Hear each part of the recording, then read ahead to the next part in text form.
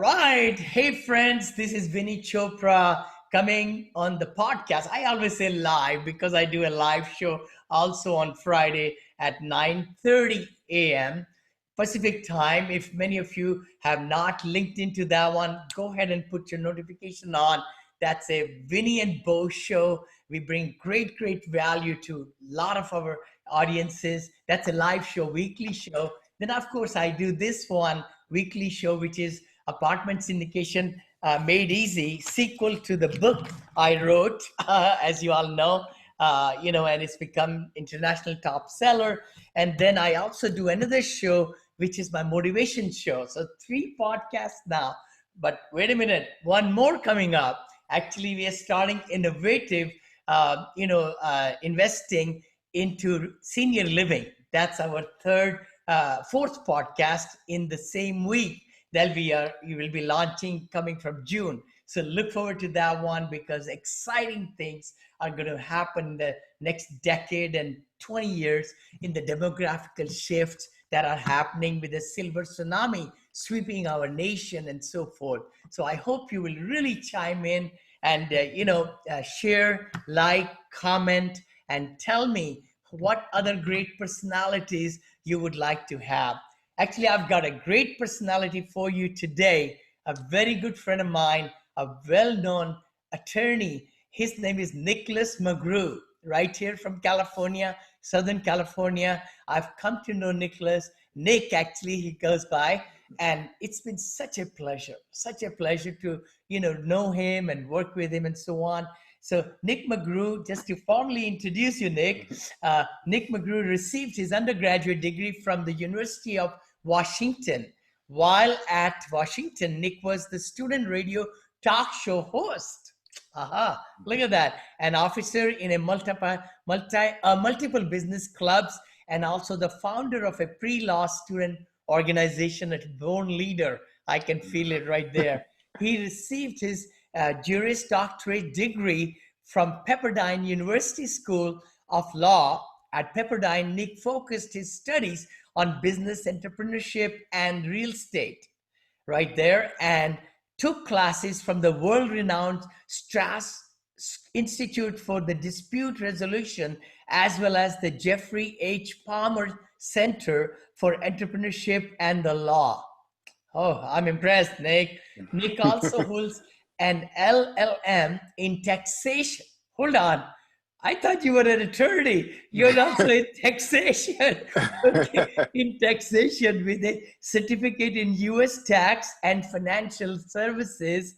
Nick is the owner and founder of Polymath Legal, Poly, P-O-L-Y, M-A-T-H-L-E-G-A-L,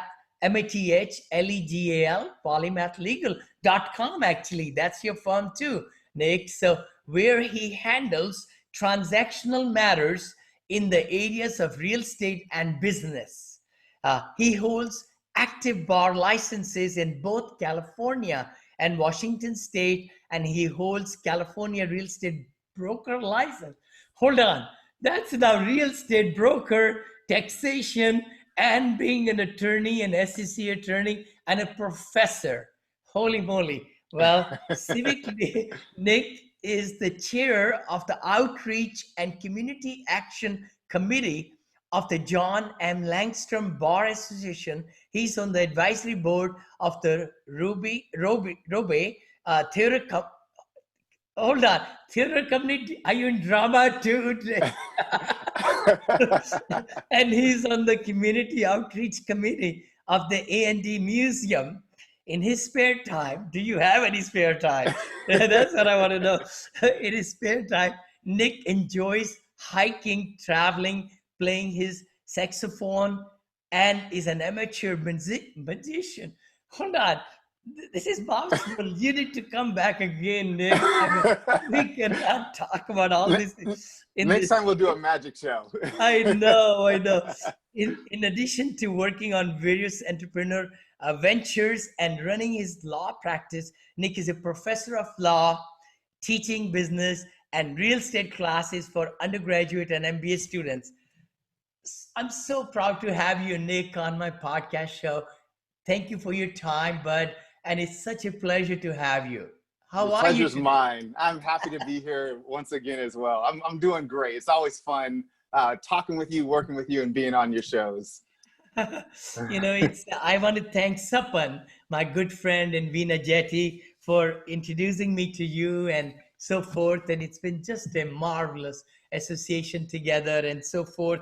Let me kind of take you to tell me more. I mean, how did you really get started in this field? And you've gone through so many different avenues. Tell us more about it. Yeah. Yeah, so I've kind of been, or since I was young, I kind of just had an entrepreneurial bug. Even kind of before what I knew entrepreneurship was, I was just always trying to solve problems, maybe come up with little business ideas here and there. And then as I started getting more formal education, I started realizing kind of more what my interests were and realized, oh, that's entrepreneurship. And so that's kind of how I initially got started. And then for law school, I was taking a business course, and basically it was an introductory to business law. I took that in my undergrad, and that's the class that made me say, you know what, maybe I think I should be an attorney, because I really liked that class. It just made sense. The law is very much about order and logic, and I'm somebody who likes systems and predictability and things like that. And so it made sense to me. And funny enough, I actually tell this story to my students, because that class that I took is actually one of the classes that I teach now, essentially the equivalent, that introductory business law course. So that's the class that kind of first got me more interested in formalized business and law. And then when I got to law school, I was learning about all of the normal law stuff, and I'd gone through my first year, and I really loved the knowledge. I said, this knowledge I'm getting is powerful. The skills that I'm learning are great. But I kind of was like, I don't know if I see myself being that, Sam Waterston in the courtroom fighting that sort of thing. I said, I don't know if that's really me, but I really like this law stuff, and I just don't know if that's what I actually want to do. Yeah. Then during my second year, our school, as you mentioned in my bio, we have the Palmer Center, and it's focused on entrepreneurship, real estate, and the law. So I was taking courses in that, and I said, yeah, this is the stuff I like. Particularly, we took an entrepreneurship class where we had to come up with an idea, and we actually pitched our ideas to actual venture capitalists. Mm-hmm. And so that kind of really sparked my business and real estate bug. Wow. And so during that, I was even talking with one of my friends one of my business partners now, and I was like, I'm not sure if I don't know if I want to be a lawyer, but he was like, well, you're halfway through and you really like this stuff. And I said, yeah, that's true. And I said, I guess, having a law degree, that's very helpful in business. And so I continued on. But as you mentioned, from that point, I kind of knew that I probably wasn't going to be the guy fighting in the courtroom and having the good catchphrases, but I wanted to work in business. I wanted to use my legal skills and knowledge to help with my own entrepreneurial ventures, as well as with those of my clients as well. Beautiful, beautiful, beautiful. Oh my gosh. I'm so happy to see that whole journey. So real estate caught your attention. And did you also invest in real estate, like in single family or multi or other, avenues, or how? Yeah, and that's actually kind of what part of what made me kind of focus a bit more on real estate. I've always just liked looking at buildings and seeing property, and even when we were little, my parents, we would just go house hunting, not at all intending to buy a house, but we just go look at the new fancy developments. And I always enjoyed that. So I always had a bit of a special place for real estate. And then I also recall back when I was younger, at one point I remember I said, I want to have my name on one of those big skyscrapers one day. I'm not realizing at the time that usually when you see the name on there, that's probably just the person who has the biggest lease and they don't necessarily own it. But I thought, that would be cool. And so as I started, again, learning more about what all goes into that, I said, yeah, I really like this real estate. It has the ability to change your family and your generation and your life. It has the ability to give you more time to spend with those that you love or doing things that you love. It also has the ability for you to change your communities for the better. And so I really just like all the power and all the great things that you can do with real estate. That's one thing that attracted me to it. And then also, unfortunately, like everything, unfortunately, real estate often is going to have problems or issues that you've got to address. Mm-hmm. And so with those legal skills that I attained, it made me a pretty good problem solver. And so I think that melding my passion for real estate with my legal education allows me to be a pretty good practitioner in that area. I love it. Love it, love it, love it. Wow. So let me kind of take you into, I know a lot of people like budding investors, right? They are wondering, oh my gosh, should I do joint venture? Should I do LLC? Which LLC? Should I do land trust? Things like that, right? So what kind of advice would you give them? I know it's not legal advice. We are not going to be a disclaimer, right? Yes, I've trained you well, Vinney. Yeah, you have trained me. Yeah, this is just for entertainment purposes only, guys. You got to reach out today to get, the real deal. But, please share with us. Yeah. Yeah, so this is a common question I get from clients. How do I choose an entity? What does it mean? What should I be looking for? And so a lot of what you're doing with an entity, one of the big benefits that you get from it is limited liability protection. Yeah. So if somebody gets injured on one of your properties or whatever happens, if the property itself or the company that owns the property can't pay for that debt, then the owners are not going to be personally liable. And so that's a big thing that you're often going to want to pay attention to. Now, depending on your circumstances and also where the property is, you might want to get a little bit more complex or less complex. And in most situations, you are going to want to have some sort of vehicle that provides a liability shield in some way. So one of the kind of simplest, easiest, and most flexible forms is the LLC. The LLC provides limited liability. It also provides for single taxation, so you're able to keep and retain more of the funds that you bring in. Yeah. And it allows for a very flexible form of management. And so you're not having to deal with as much red tape as you might have to with, say, a corporation, for instance. Yeah. S corporation, C corporation, all that, right? Yeah. And so oftentimes LLCs are going to be very, very helpful. But there can be situations where either you might want to deal with some of the downfalls of other entities, or just the particular, maybe the financing or other things that are going on with your entity, to where, a statutory trust might make sense, or other different vehicles. But again, like you said, this is just for educational purposes. Yes. Every situation is unique. But unless yours is especially unique, a lot of times an LLC will be able to accomplish what you're trying to achieve. Surely. And in my academy also, Nick, I share with my students, again, that's for entertainment purposes only, that the Wyoming LLCs are great. I know I was told like Mississippi LLCs, but Wyoming do behave like Las Vegas and Delaware, where majority of the LLCs are, also have been very traditionally done. So any particular, insights you would like to give into that? Yeah. So Delaware was the fancy kid on the block for a long, long time. And so a lot of people say, clients will come and say, most banks are here, most Fortune 500 companies are there. And I said, yeah, because for a long time, and I mean, we're talking until, the last maybe 2 decades or so, they were the main player, because Delaware said, hey, you know what? We would like to get a little bit of those business filing fees. So we want everybody to come here and do your business with us. We're going to have we're going to set up some things that are pretty nice for your business. So some of the good things that Delaware does have is that they have fairly low filing costs. They also generally don't have a franchise fee or an income tax on the entity's income. Also, a big thing that they have is they have a special, they call it the Business Chancery Court. And basically, it's a special court system set up just for business disputes only. And so with that, a couple of things you get. One, because you have a special court designated to a business type issue, your case is probably going to be heard a little bit quicker, because they're dealing only with business cases.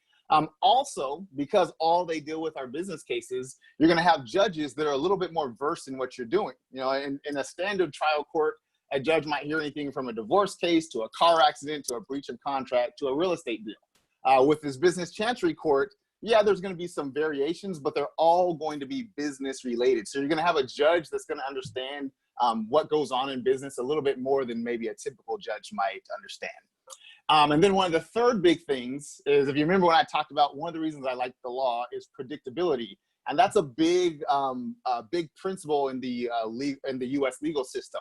We don't always necessarily have the right rules or the best rules, but we say, you know what, if you can at least predict and know that these are what the rules are, you can garner your actions accordingly.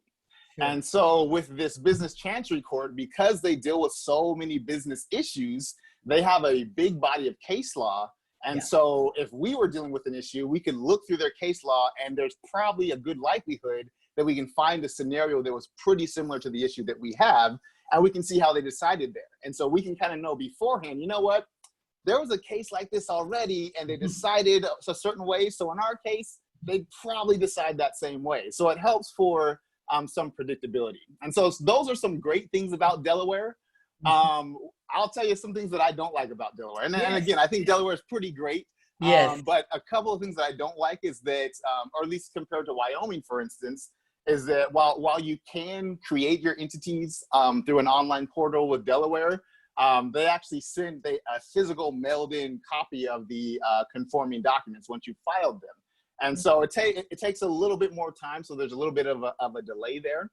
Also, I really like Wyoming a bit better just because Wyoming is the new kid on the block. Delaware's been around for a long time, and they were the popular kid. Wyoming's trying to, I don't know necessarily to dethrone them, but trying to take a little bit of that. But with that, I've actually just had a situation somewhat recently, is that a client was trying to form an entity in Delaware, and we didn't have any of the variations of the names that he wanted to name the company. We couldn't do it just because there were so many companies there that the names he wanted were swallowed up. But we were able to use that same name in Wyoming. And so Delaware there are lots of great things about Delaware, but they are busy and packed. And so you might not have as many name options available. Also, as I mentioned, it's not quite as quick of a turnaround. You know, if you said, hey, Nick, I could file in a Wyoming entity while we're talking and have the articles to you in that same conversation. I do it in about 5-10 minutes right now. Whereas with Delaware, it'd take, 5, 10, 15 minutes to do it. And then we're going to wait another week or two to actually have them get back to us.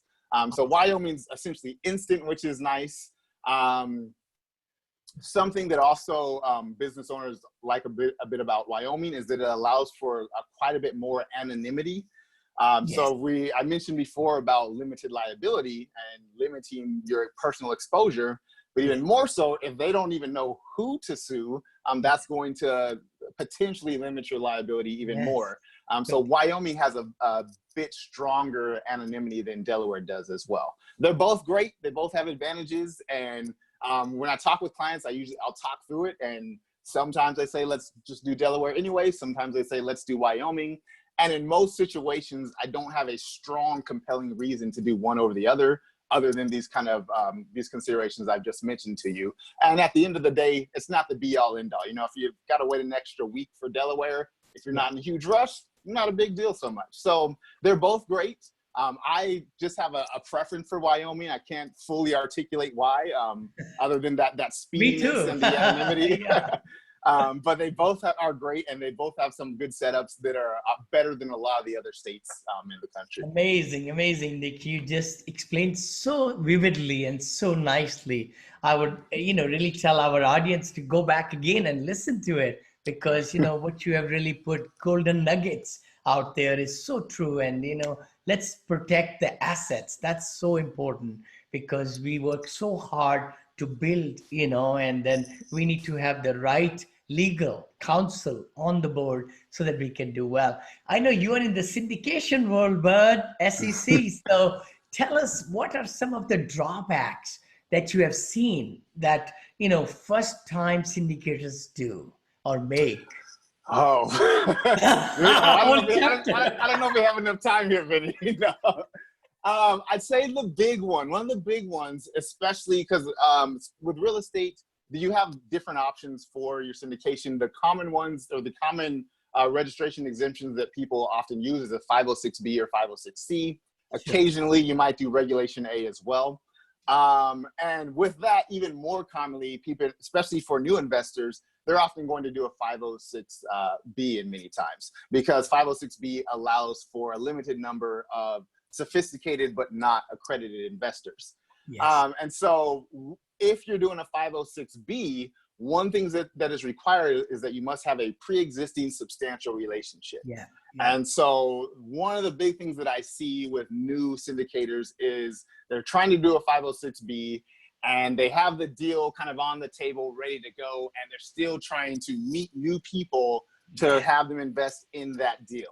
And in that situation, that's likely not going to be considered a pre-existing substantial relationship. So having that pre-existing substantial relationship is one of the big things that I see people kind of mess up quite a bit. But let me kind of break down a little bit what it is. Sure. Unfortunately, the SEC, they like to tell us what we can't do. And usually after the fact, they don't really tell us exactly what you're supposed to do. And so they've given us guidance, but they haven't set out the exact rules. And so based upon different opinions and no action letters and whatnot, the guidance that I tell clients is that essentially you're going to have 2 touch points before you talk about a deal with them. So essentially, you're not going to be mentioning a deal to them until it's your 3rd time that you met them. And this comes from some old requirements for actual licensed broker-dealers. It used to be that for certain situations, they would need to have that kind of just an introductory meeting that says, hey, I sell securities. Or for syndicators, in your case, what I tell clients to do is say, hey, I'm a syndicator. These are the general types of investments that we like to get into. These are the general kind of principles or guidelines that we try to follow with our investments. Just very, very surface, very general information about just what you do on the very surface level. That would be one of the first meeting. Then the second meeting is getting to know them a little bit more. And I recommend that this second meeting be 30 days from that first one. So we have some time there as well. So again, establishing that relationship. That second meeting, you start talking to them. I'll say, okay, so tell me, what types of investments would you be interested in? What types of investments have you done?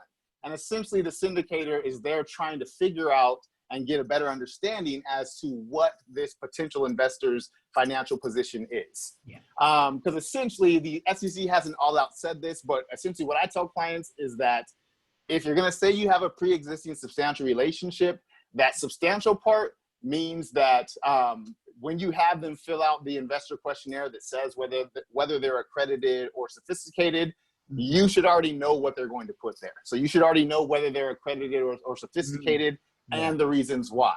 And if you know that, then you have a strong argument to say that you have a substantial relationship with them. So yeah, I'd say one of the big things with new syndicators is doing a 506B, because that's what most new syndicators do, just because if you're new, you probably don't have quite as many relationships with all accredited investors.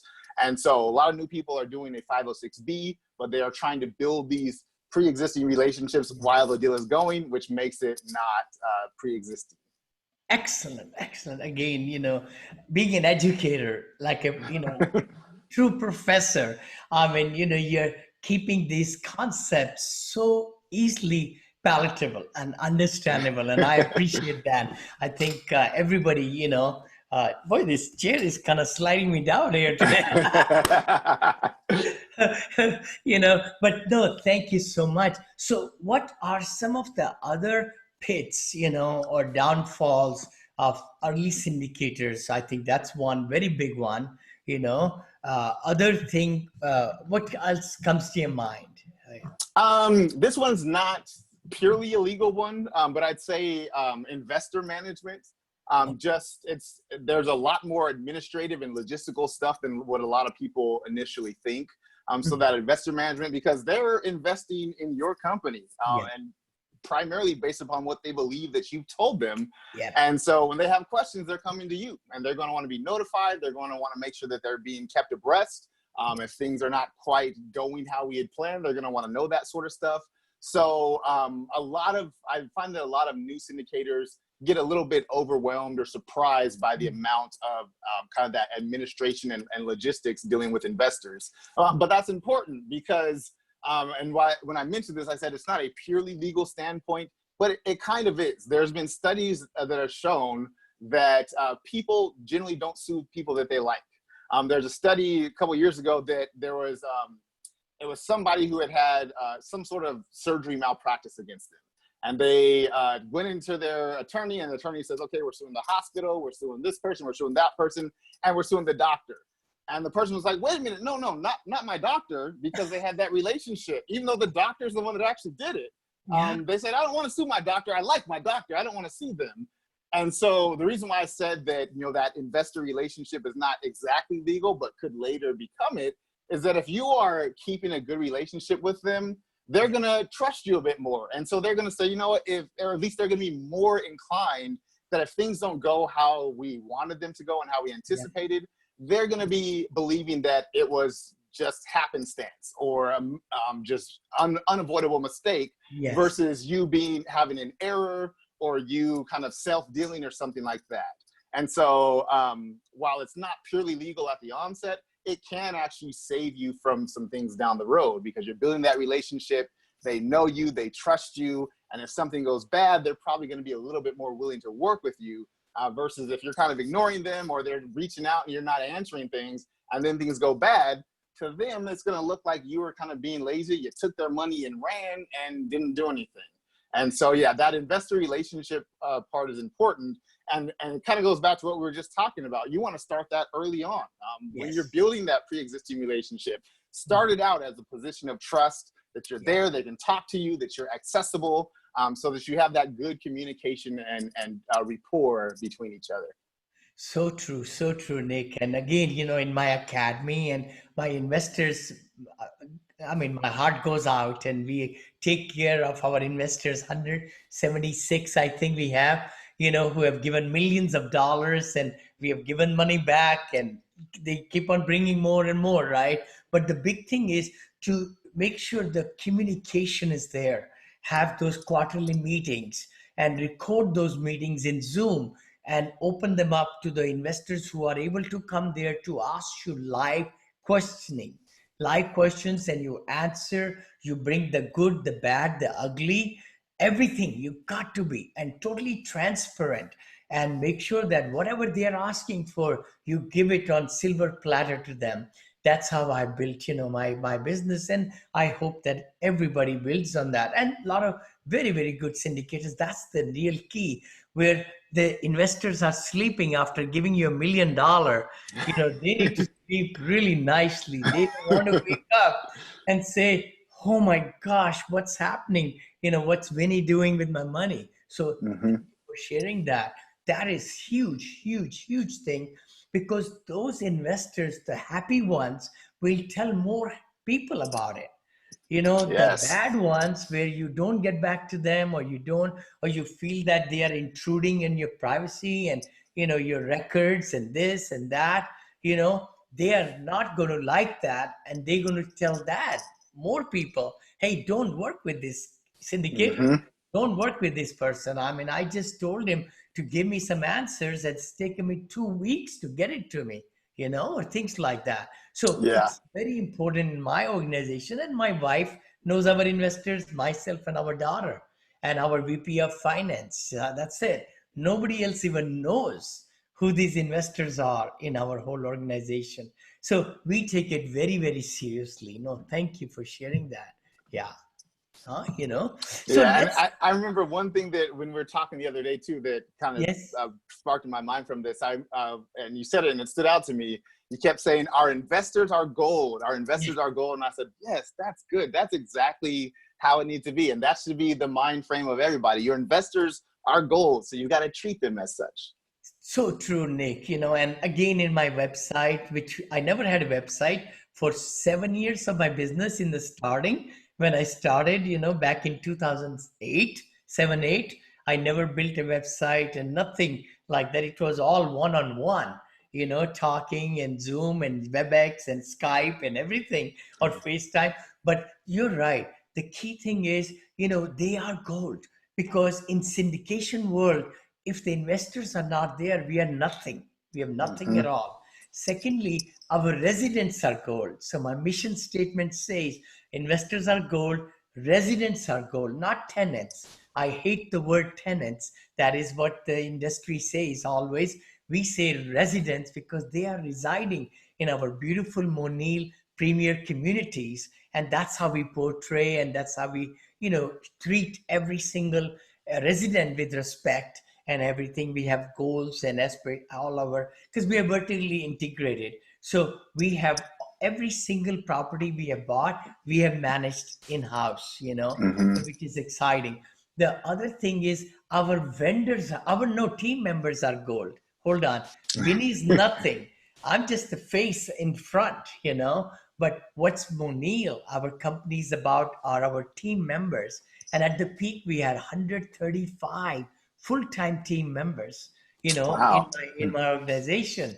So that was very exciting. And, now we have 67, I think, or 57, something like that, because we have sold some assets, quite a few. We are buying more. We are going to assisted living. We're getting into hotels. We're getting into building multifamily. We're going to buy more multifamily. So it's exciting, where we are going with the next 10 years or 15 years, But the exciting part is keeping that attitude, thanks for reminding me, investors are gold, and then residents are gold, and then our team members are gold, vendors are gold, because we are nowhere anywhere in our any kind of business unless we take care of our vendors, our Mm-hmm. preferred vendors, and look at their win-win situations. And we have certain alliances we have formed. They give us special deals.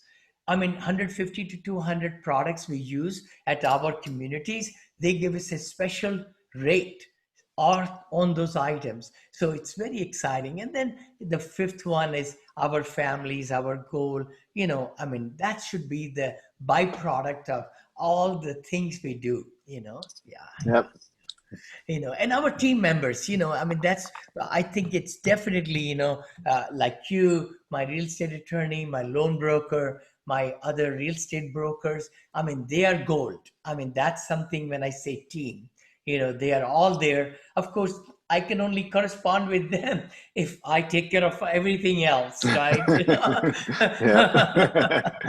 So thank you for bringing that up. Let's talk about, we talked about website, we talked about certain, tell us more about social media. Now, everything is on social media. What's allowed, what's not allowed, and what can a website say about the business we are in syndication, what they can't. Great question. So this is definitely one where it's a very much a case-by-case basis, because everybody's website's going to look a little different. But some kind of general things that you want to keep in mind, particularly if you are doing any 506B raises to where there's no public solicitation. You want to be very conscious of what your website's saying, and if it's looking like you're trying to sell any of your deals at all, because that could be construed as public solicitation. So, for instance, if you have a deal that you haven't, and you have a deal that you're working on right now, and you post it on your website and say, talk to us about investing in this deal or something of that nature. Well, if you're doing a 506B and you're having a random person that you don't know come from your website to talk to you about that deal, that's definitely not going to be a substantial pre-existing relationship. And so you'd have some issues there. And then beyond that, because again, it's going to be specifics. One general warning that you definitely would want to have is something to affect that investments are risky. They cannot be guaranteed, because, and this would be, I would be hard pressed, assuming that you're not doing something egregious to where a court's going to say this was fully misleading. But again, we're also trying to just avoid issues, because if there's a lawsuit that started, I always say this, especially it's easy for me to say because I don't litigate in the first place. But if a lawsuit has begun, both of the parties lose and just the attorneys win. So part of it is just avoiding a lawsuit to begin with. And so if you have things saying, hey, our people invested $100,000 and 7 years later, they got $215,000. Some person who's not reading through everything might think, oh, that's what I get.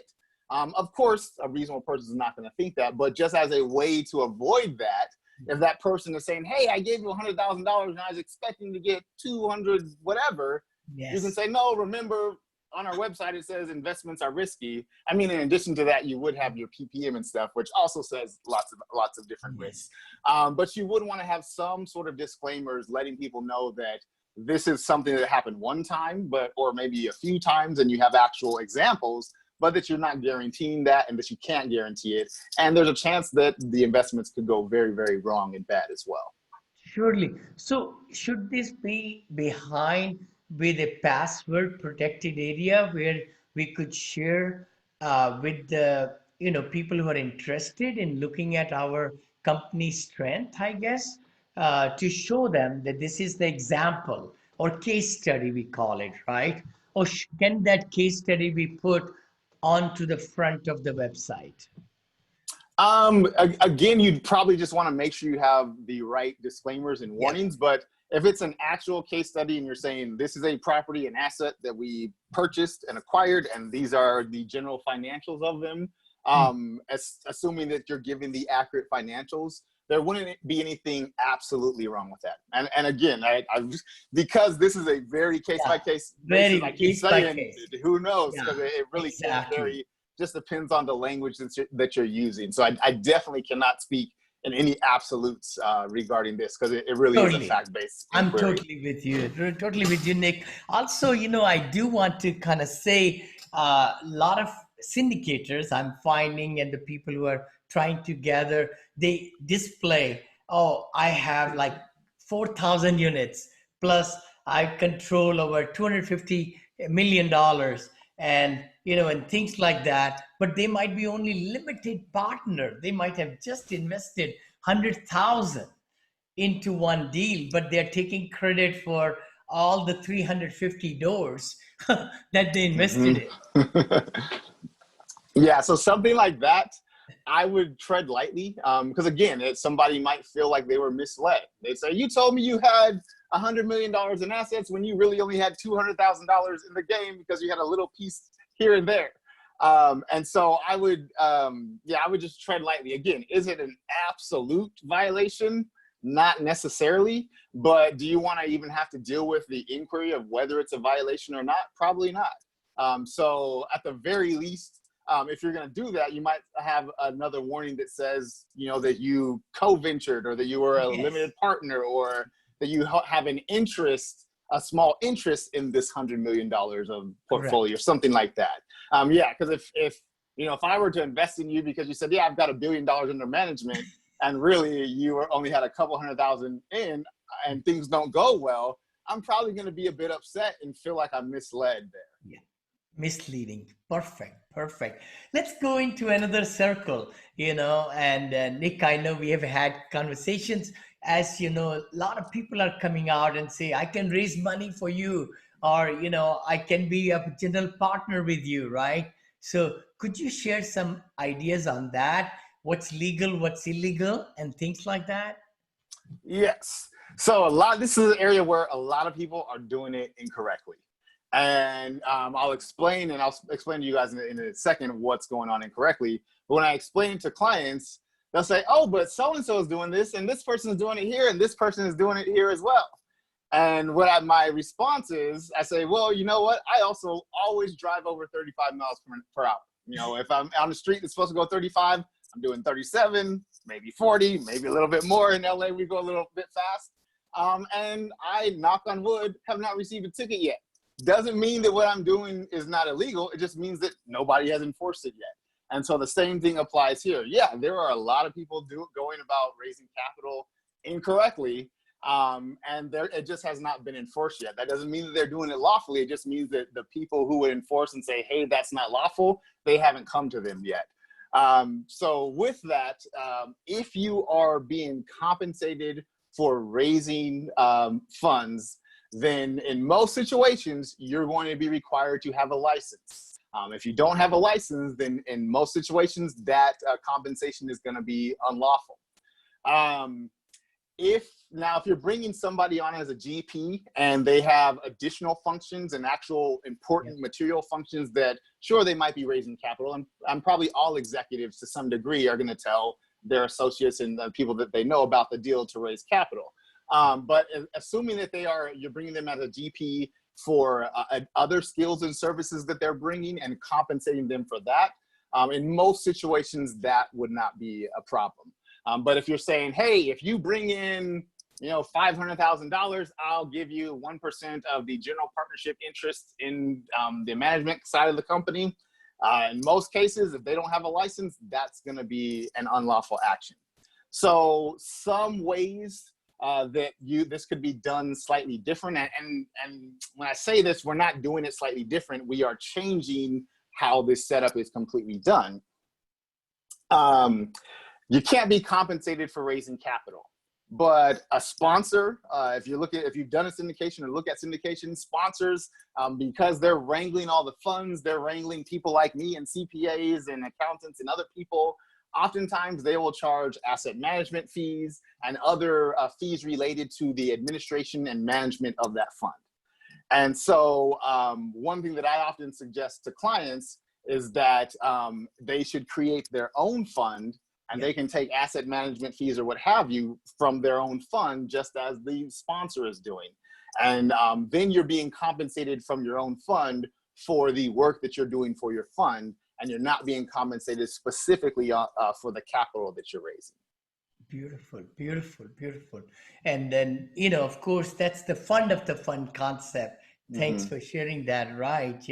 So is it like they have to be a specific offering fund then, which is like connected with the syndicator that the person is raising money for, because they're going to be investing in that? Or it could be blind fund also, right? Yeah, in most situations, it could be either or. You could have a specific target, or it could be a blind or semi-blind trust or fund as well. Oh, beautiful, beautiful. All righty. No, you have given so many great ideas. And, how can people reach you, Nick? Well, on my username, I've got my email right there, McGrue@polymathlegal.com. My website is also www.polymathlegal.com. It finally has been launched. We've got a little piece on it there, but you've got a little bit of information on there. And we should be having a little bit more build out in the next week or so as well. Awesome. I like that. I think this is a great idea, to put the whole email address right there. Yeah. Nick, no, it's such a pleasure. Any other golden nuggets come to your mind that you may like to share with the audience, who are savvy syndicators, or even the new ones, who are kind of getting started? I guess the big thing I'd say is especially if you're new, build a team and build a coalition. And when I say that part, I build specifically a team that's going to be working. You want to, I think one time I talked to you, I said one thing you're going to want to have is a mentor. You're also going to have an attorney. That's me. I know it's self-serving, but it's also important. You're also going to want to have a CPA or an accountant and other kind of skilled professionals as well. But then beyond that, also make sure that you're building colleagues in a coalition, because a lot of the issues that you're facing, they're going to be facing. And that's one of the reasons why I say having a mentor is important. You can either learn mistakes and pay for them the hard way, or you can pay somebody to have them tell you their mistakes, and then you don't have to do it. So I'd rather do the second version if I have the ability to. And so, yeah, I think building the people that are around you, as you were mentioned, you said, your investors, your residents, your team, your vendors. This is not a solo activity. This is a team sport here. Yeah. And so the team that you build around you, and we mean all of that team, the people that I see are more successful is because they have a very strong team that's working with them. So true, Nick. You hit the nail on the head, right? So true. It's a total sport. It's not solo game. Thank you. You bet. And I think the success I've seen in my life for the last 14 years or so has been because I got taught right. My coaches were great. My mentors were great. And then, of course, staying in the focus attack, I think, is the big thing. And also having the investors as gold, that's the big nature of scaling up, and that's where Nick comes into play and everything with the syndication world. And I really would like to say that again. Nick, do you have a book also, buddy? You should. I don't have a book that I've written, but come on, we need to write one. Yeah, we are. Yeah, we're gonna work on it. Yeah, we should do it. We should do it. Let's co-author one. It'll be amazing. Because this world we want to make the best world out there, and we can do it. One step at a time. The key factor is that we want to just be very cognizant who we have around us and who we are, associating, and we are feeding our mind and having association with the right team members. It's so very important. And of course, legal counsels. And I'm so proud of my 5, 6, 7, legal counsels and attorneys I know. They have set me straight and kept me abreast of all the things. And again, thank you so much for watching today. Thank you so much, Nick, for your time. I really appreciate that. It was fun hanging out with you. Yes, always. No, thank you. And then, everybody, please tune in every week. Vinney comes live, to you with the Apartment Syndication Made Easy. This is the sequel from the book that I wrote, which became #1 seller in Amazon. You might like to pick one up. Kindle edition also. And now, hey, I didn't even know that. We have it in Spanish. All right. Wow, I like it. English and Spanish, Kindle edition, audio version, and everything. And Vinney is always a sales guy. I hope you learn from me, buddy. Everybody listening to me. This is my new book coming up right there. Positivity brings profitability, which is going to come out. And of course, the podcast, like I said in the starting, look forward to 4 podcasts from Vinney now. Not just one. One is the Facebook Live show on Friday at 9 a.m. Pacific.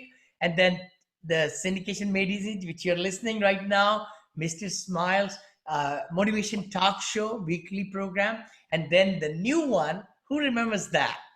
That is the Innovative Investing in Senior Living, a new podcast show. And we are writing a book also, and we are going to go global with that one. So we are very excited about the team members. They're working very hard. I really want to thank my team. I'm just the face in the front, and I just, do these interviews a couple of days a week, a month, actually, sorry. And then they are all broadcasted all over the net and everything in good form. I want to thank them. Thank you, Nick, buddy. Take care. You. And we'll see you again. Take yes, care. We will. Bye-bye. My pleasure. Thank you. Thank you, Nick. Bye-bye. Be sure to listen to Mr. Smiles next week with more golden nuggets and top-notch coaching tips. You can reach him by going to Vinneychopra.com or texting the word syndication to 474747. Be sure to like, comment, and share to show everyone how Mr. Smiles has brought your apartment syndication business to the next level.